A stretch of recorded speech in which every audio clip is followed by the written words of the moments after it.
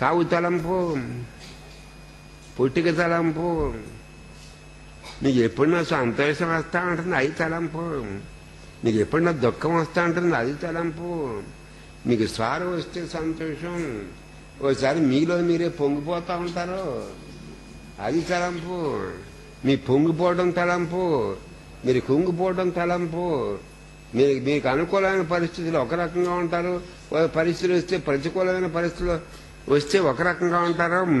ఇవన్నీ తలంపులే.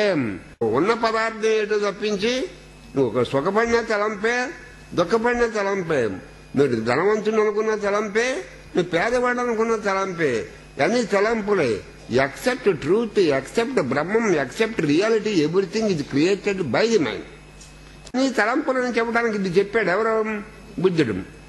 ఇప్పుడు బుద్ధుడి దగ్గరికి వచ్చి ఏమన్నాడు? అక్కడ బుద్ధుడి దగ్గరికి వచ్చి ఏమన్నాడు? దేవుడు లేడు అన్నాడు. యు ఆర్ రైట్, నువ్వు వెళ్ళిపో, నువ్వు చెప్పింది కరెక్టే అన్నాడు. నువ్వు చెప్పింది రైటే, వెళ్ళిపోమన్నాడు.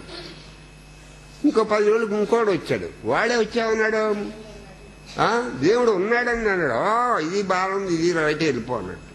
ఆడికి బ్యా, వీడికి బ్యా. సరే ఇంకో 10 రోజులు నాకు ఇంకోడు వచ్చాడు. ఏమన్నా దేవుడు ఉన్నాడని కొంతమంది చెబుతున్నారు, లేడని కొంతమంది చెబుతున్నారు.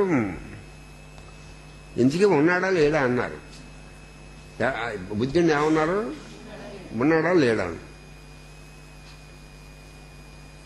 అప్పుడు బుద్ధుడు ఏం చెప్పాడంటే, దేవుడు ఉన్నాడనేది ఒక తలంపు, లేడనేది ఒక తలంపు.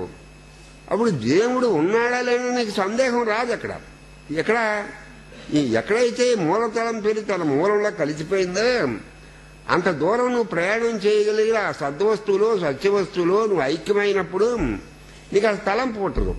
నీకు తలం పుట్టినప్పుడు దేవుడు ఎక్కడున్నాడు? ఇప్పుడు అక్కడ దాకా ఎందుకు? బుద్ధుడు చెప్పిన దాకా మీకు నిద్రలో దేవుడు ఎక్కడున్నాడు?